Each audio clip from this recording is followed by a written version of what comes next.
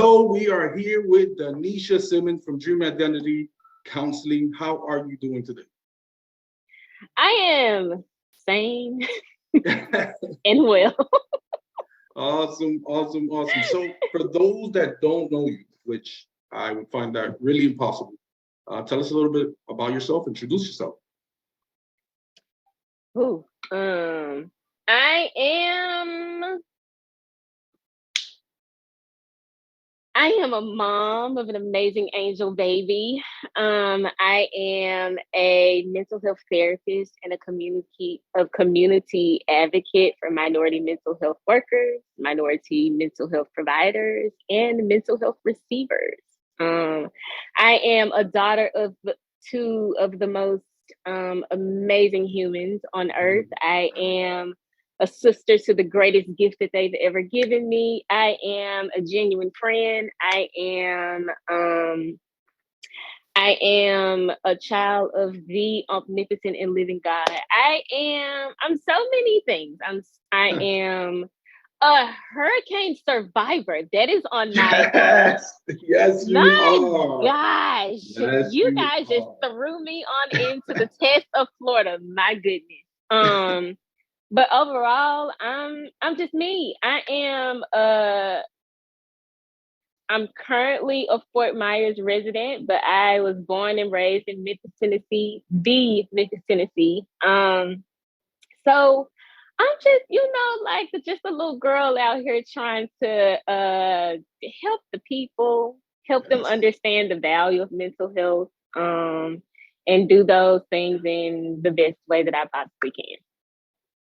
Oh, that was awesome. I love it. I love it. I love it. So, tell me a little bit about your business. My business, that is uh expanding response each and every day these days. Hits you. I want to give just the introduction to just this dialogue of who you are in my life now. As my business coach and manager, I think that that's the essence of what my business has become. It is a multifaceted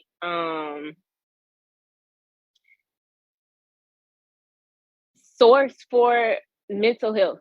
So the main source is mental health services.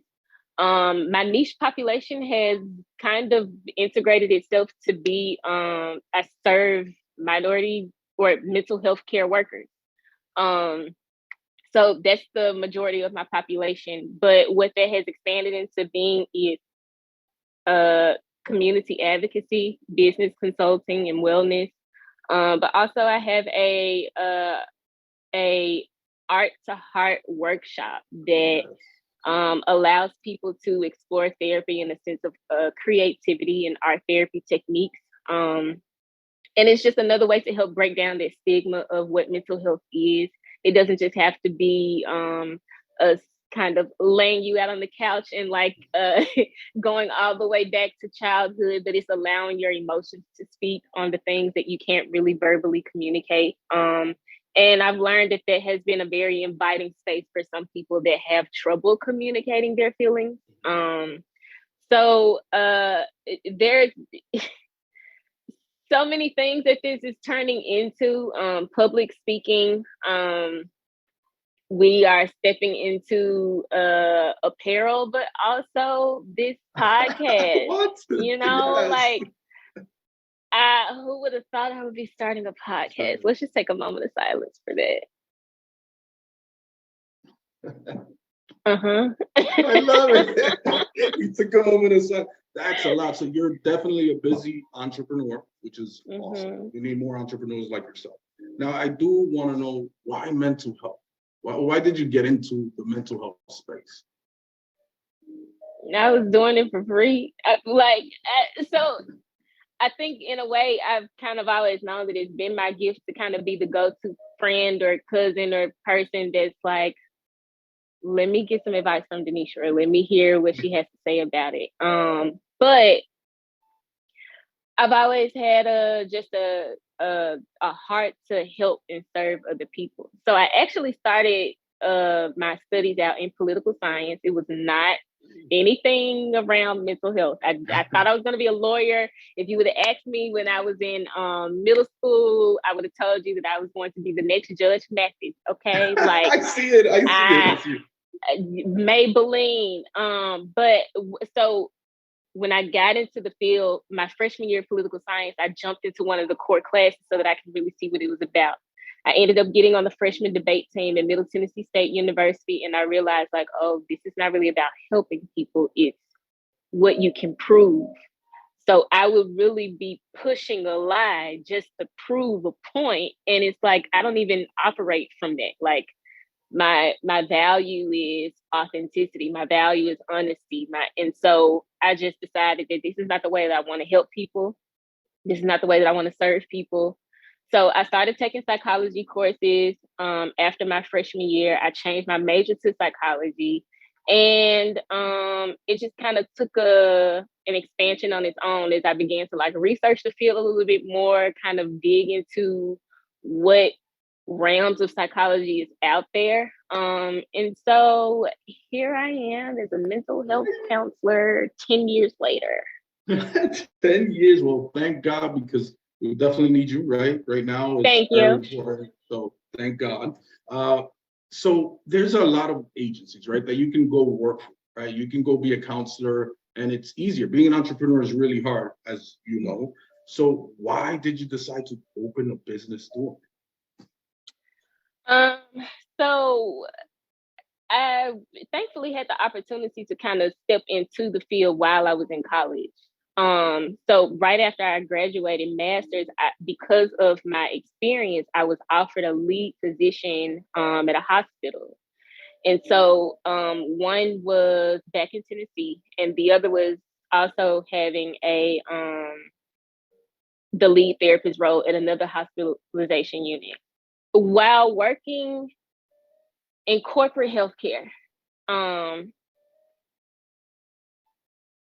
also another experience where it just didn't align with my values. Like, here's the thing: if it does not align with my morals and my values, I'm probably gonna jump ship. That's Nice. just it. I don't care about the money. I don't care about. I'm a head out. So there was an experience where I was working, and as a lead therapist, you have to sign off on the discharge papers. Well, I was put in a position where I didn't agree with the discharge, but the discharge was occurring because the insurance was running out for this particular client. And all I could think about was, all right, if I sign off on this and this kid goes home and does exactly what he has communicated that he may do, who signed on the dotted line? Danesha. Wow. And although I when I say I advocated for this kid and his family, and I was in the insurance room every day, like policy is policy, right? Wow. So I did that, but it ate me up. That day, I don't carry a lot of my work to home, but I went home that day and I cried. And I said, God, I know there's something that you want me to do, but I don't know if you want me to do it like this. Cause like, I don't really know. So a month afterwards, because of also some things that were going on in my life, that was kind of like the icing on the cake. And I walked away from corporate healthcare and I jumped into entrepreneurship and went into private practice. Wow, that is powerful. So then you would say, what I'm hearing is this is your purpose. Yes, absolutely. Because just like you said, like there have been opportunities that I've been tested with while being in entrepreneurship. Like when I moved to the area, one of the predominant colleges here is FGCU, Florida Gulf Coast. When COVID happened and everybody was forced to see that minority mental health is a thing, because like there are things that are happening to minorities that's like inhumane. FGCU had someone reach out to me that said, we are understanding the impact and the value of minority mental health. We've created a position with you in mind. Now, here's the thing. I had just jumped into entrepreneurship, which means I'm still trying to get clients. I now have to pay for my own health care. I now have to go from not having stability of payment like I've been having literally since I've been 16 years old. I've all of these different changes to where this shining star that they're dangling in my face, where all of those problems can be taken care of. I had to trust that me saying no was going to pay off. So it's when you are set in the idea that this is something that's purposeful for you, there is no temptation that's going to pull you back into what you have said no to. So here I am constantly saying yes to stuff that I don't even really want to do, like this podcast. Let's be clear. But you're doing great. So what does it matter? You're doing really good. So let me ask you something. As an entrepreneur, what is some of the challenges you face? Like if there's a minority that is wanting to get into entrepreneurship, what's something you would talk to them about that they have to watch out for, or something that would probably be difficult while doing this venture? Getting into entrepreneurship, lack of knowledge.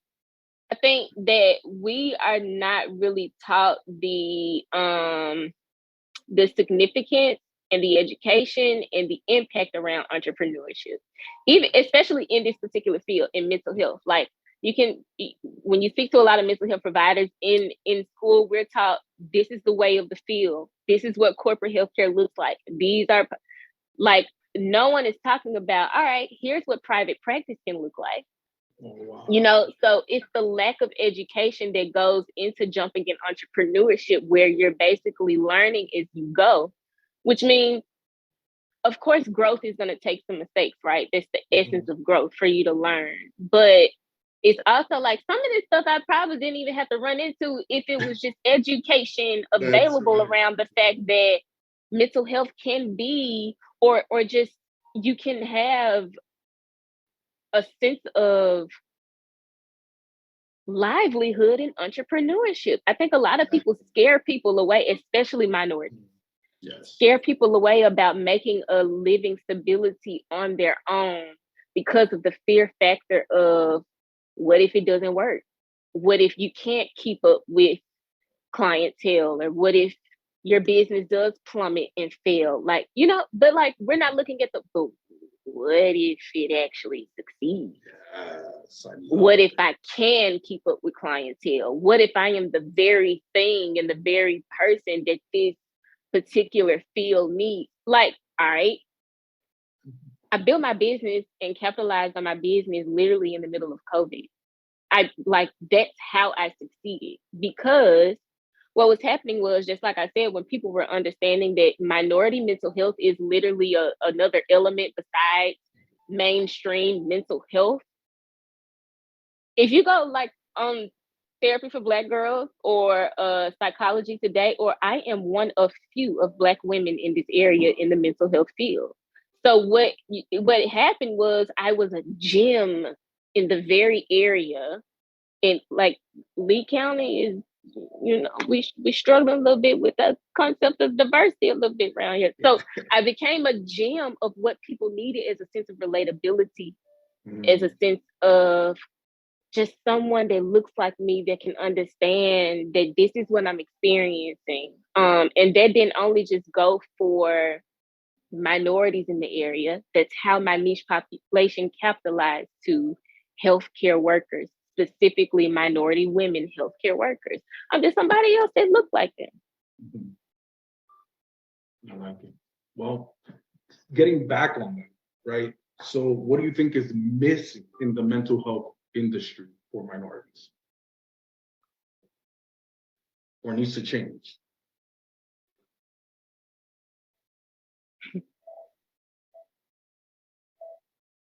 Effectivity. So just because I look like you, if I'm not effective, I might just harm you. And I've been in that situation. So let's be clear, finding a therapist is like dating. If they're not for you, you get the heck out of there. Immediately, yeah. And I think because people don't have a whole lot of cultural competence around minority mental health.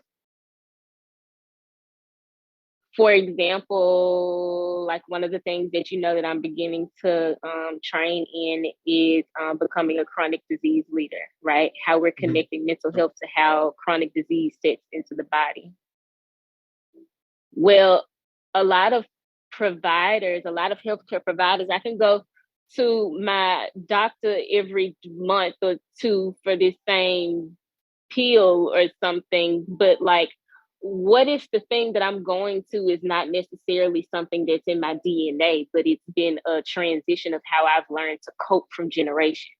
And so that provider may not be able to pick up on the root of this is the element of how this person is coping versus the physical functionality. So when we're not asking the most effective questions, when we're not able to have a sense of competence, when we're not able to kind of take certain dialogue around minorities and take it for what it is, and not that like they're threatening their own lives or someone else, like this may be how they're expressing themselves, we effectivity is missing. And that's why some people are not putting in the effort to reach out for these resources, because it's like,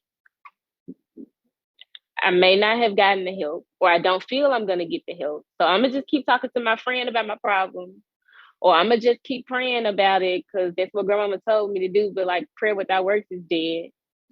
So that's what's missing. Got it. Yeah, I like it. Okay, so what's the message? Like, if you could get out your message right now to everyone in the community, what would it be? What would you be telling them?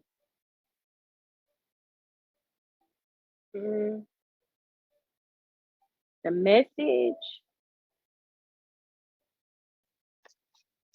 I think the message is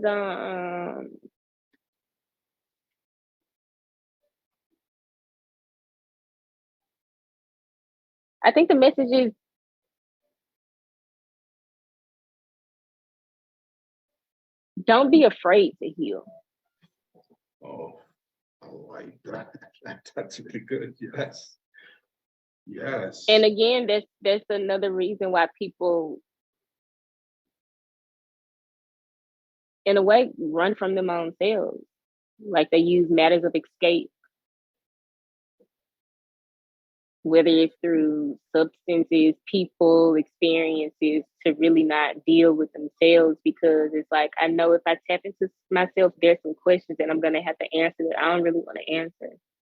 Or there's some things that I'm going to have to deal with that mama and daddy was dealing with it, and I just took this on because their mama and daddy was dealing with it and they took it on. And so you really having to answer generations of questions within yourself, and healing is not pretty all the time, because it's an ongoing journey. It is not a destination. So like today I may look like I'm showing up as my best self, like I'm using all of my proper coping skills.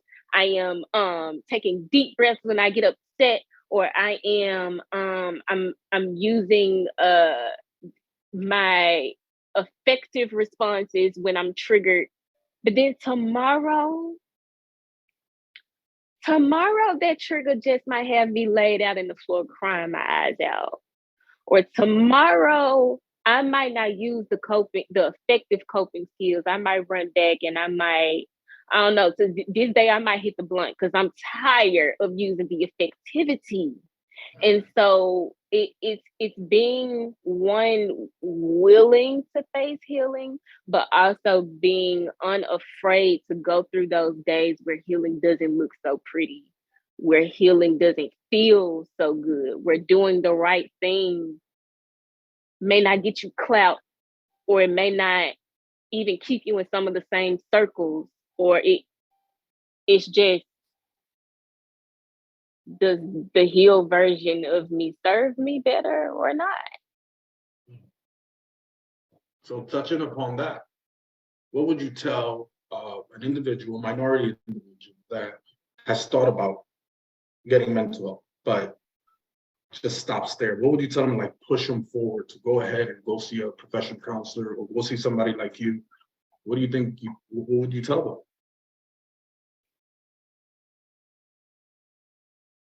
I think it would be a follow-up to what I just said, but it would be more so of a question of what's the fear. Got it.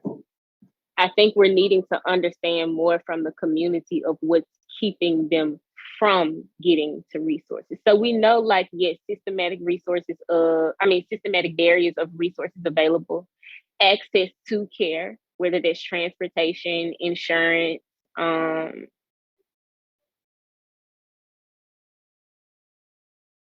really just asking people, like, addressing it head on. What's your fear? What's your barrier? What's keeping you from doing the thing or getting to the things that you need to know? And so I think there are answers of what can be said in response to those questions.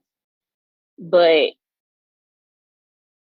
that's the thing. It's just, are people really wanting to access the care? I can tell you all about accessing care, but getting to the core of why don't you want to access the care that could even be available to you as a minority? So fear. So fear, you think, is a big part of why that gap, because there's a big gap, right? That's why Fear, stigma. Again, being very mindful that there is a lack of access to care. But there are also resources available, and I don't think we're having the concept of how you can access these things. Like, for example, a lot of people don't know that their insurance, their medical insurance, depending on, you can call your insurance provider and ask them, does it cover mental health?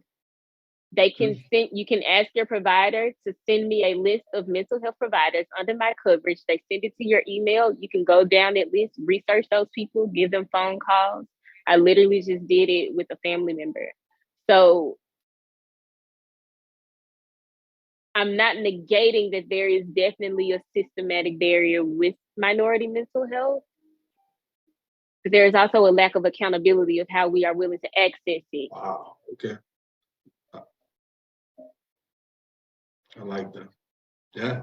I mean, just you saying that you can call your insurance company and that you can get a list of providers, you can research them, get a match. That right there is huge, right? Because you're right. A lot of us, when we come from the generation, we don't know the system. We don't know that's how simple it really is. So that's pretty cool you said that. So now you do a lot of things. We discussed a lot of things. I want to talk about some of the things that you do. So one of them is this here, the blog, Danesha's Dialogue. So tell me what that's going to be about. What is it? And since you're the first guest on the podcast, introduce it. So one, I want to be the first guest on my own podcast because I am in a space of I'm in a space of leadership where I am in student mode. Okay. And I think in order for you to be an effective leader, you have to first learn how to follow. That's right. And so I'm in positions to where I am being students of some great entrepreneurs, some amazing healthcare providers. So what came from that is understanding that I have a gift of public speaking. And that if you are spiritually connected, God gonna tell you to do some things sometimes to use your gift that you don't want to do because it's not just mine. Yes, he has a habit of that, right? And so he put me in position to where he's calling me to use my voice.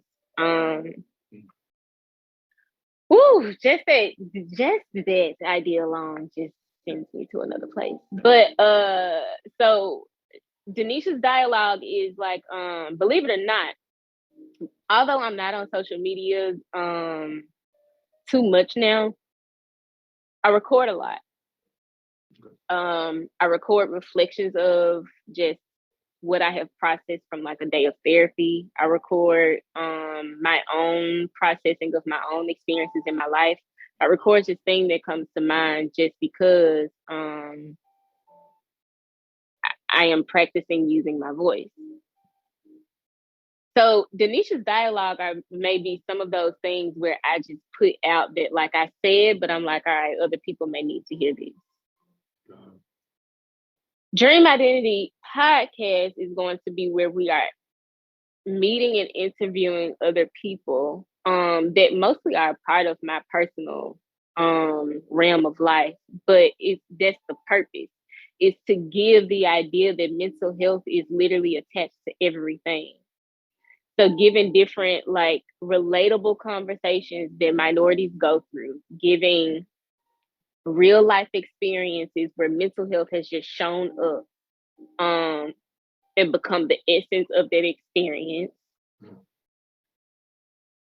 It's an opportunity for minorities to look at mental health differently, to look at it as, oh, so mental health is not like a disease or like a something that I can just like pick up and put down. It's literally the essence of your operation. Your brain is the most powerful muscle on your body. So no matter what you do, no matter what you think, say, feel, or the way that you behave, it is all attached to the concept of your mental health. And so I'm trying to share that message so that we can become not only more effective individuals for ourselves, but the individual is a part of the collective whole of the community. So if we're connecting the idea of the community, it is understanding that we all have our individual roles. Can get our act together, get your thoughts together, get your mind together. Love it. All right. I want to know something, because you're very motivational, right? You're very energetic. You give a lot of energy, good energy. So tell everybody what inspires you. Oh yeah.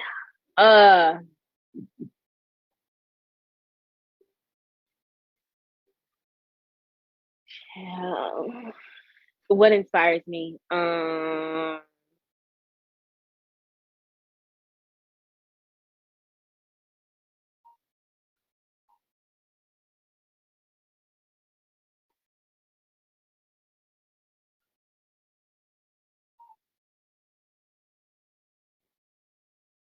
I think what inspires me is the ability to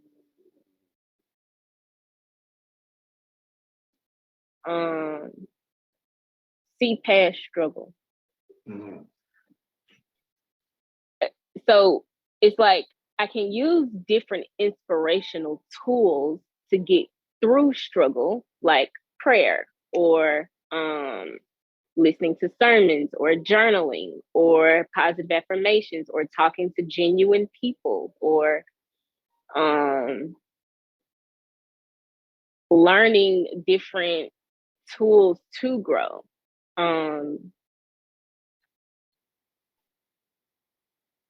But the inspiration itself is to see past struggle. I don't usually dwell on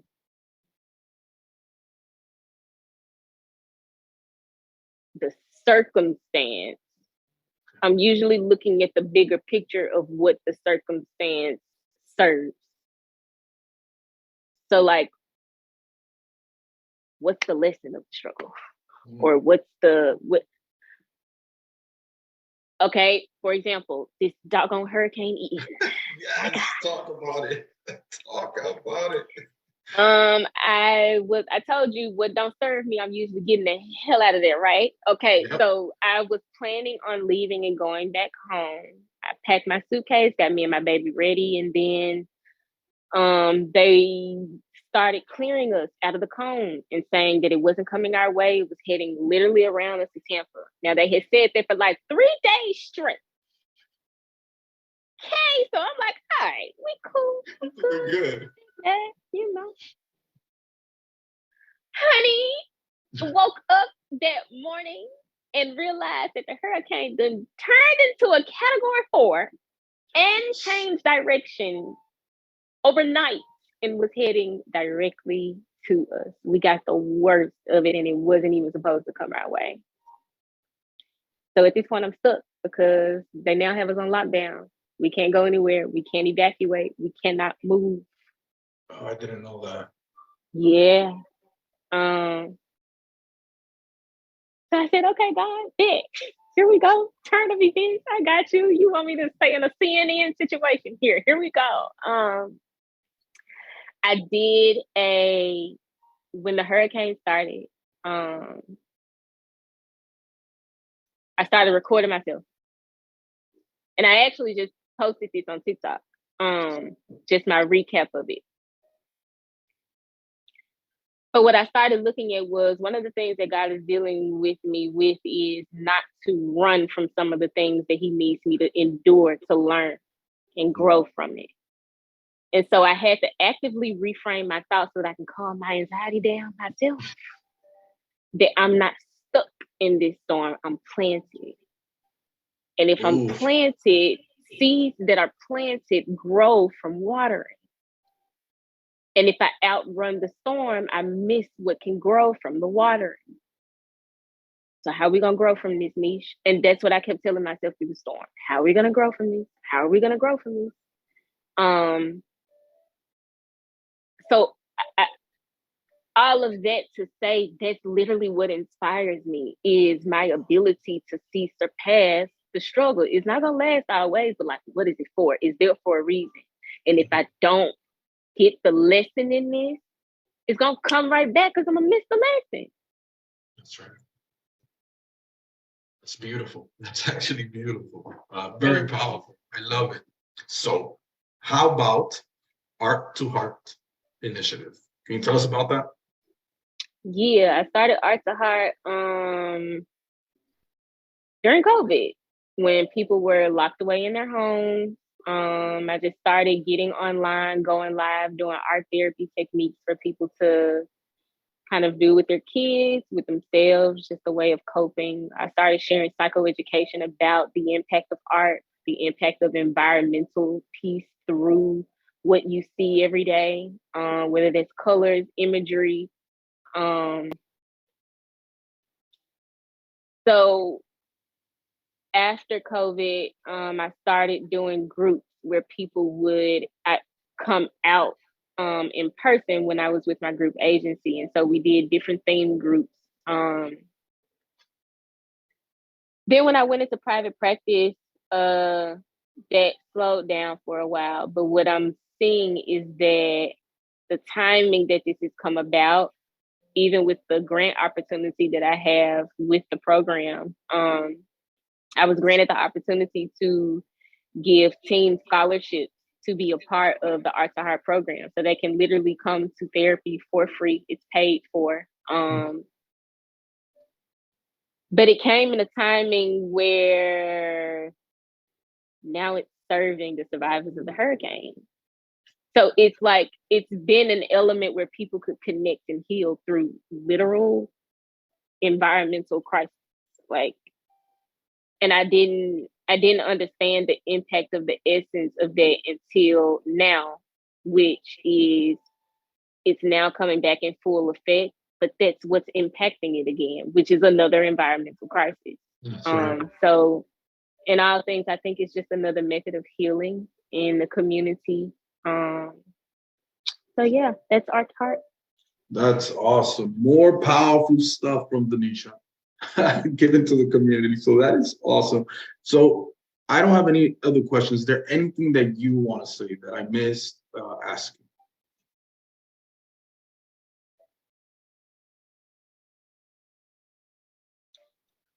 I don't know. This whole thing is weird for me because I listen to other people all day.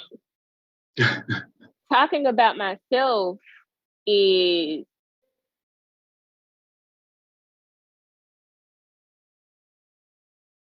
what I'm learning more and more is that more people want to know about me.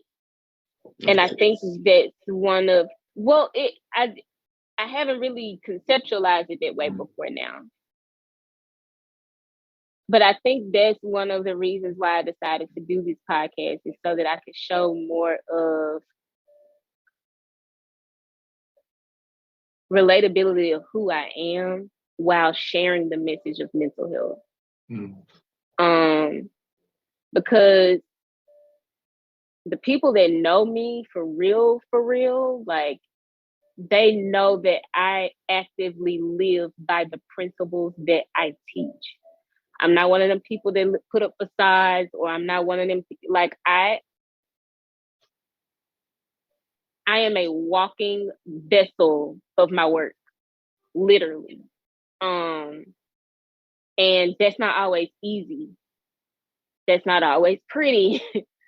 And I think people need to see someone that is as young as me, as bold as me, as down to earth as me, as energetic as I am, as uh spiritual and saved, but also very much so from South Memphis. Don't play with me. Like, Don't play with me. I think people need to understand that you can be all of the different parts that you are, but you can also value your mental health.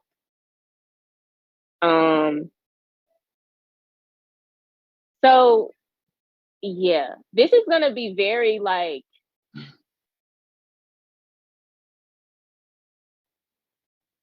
this is uncomfortably vulnerable. Got it. Well, it's going to be a blessing to everybody to be able to start to learn about your principles and see more of you and get that energy. It's needed, especially right now, right in your area. So this is you're on his payroll, as they say. So it's your job. That's what you're doing now. So I'm very happy that you're letting your voice out and showing everybody who you are, because it's awesome. I love it. Thank you. Thank you so much. I appreciate you jumping on this journey with me. It's been fun. I love it. I love it. You are amazing, Joel. You do amazing things, very powerful. And I love that you are working for our people out there and making differences, making strides. It's definitely needed. And I appreciate it. I appreciate it for my grandson, for my son, for my daughters, that they have somebody like you out there. So thank you very much. Well, it was great talking to you. Thank you. And we'll speak soon, right? Alrighty. Thank you so much.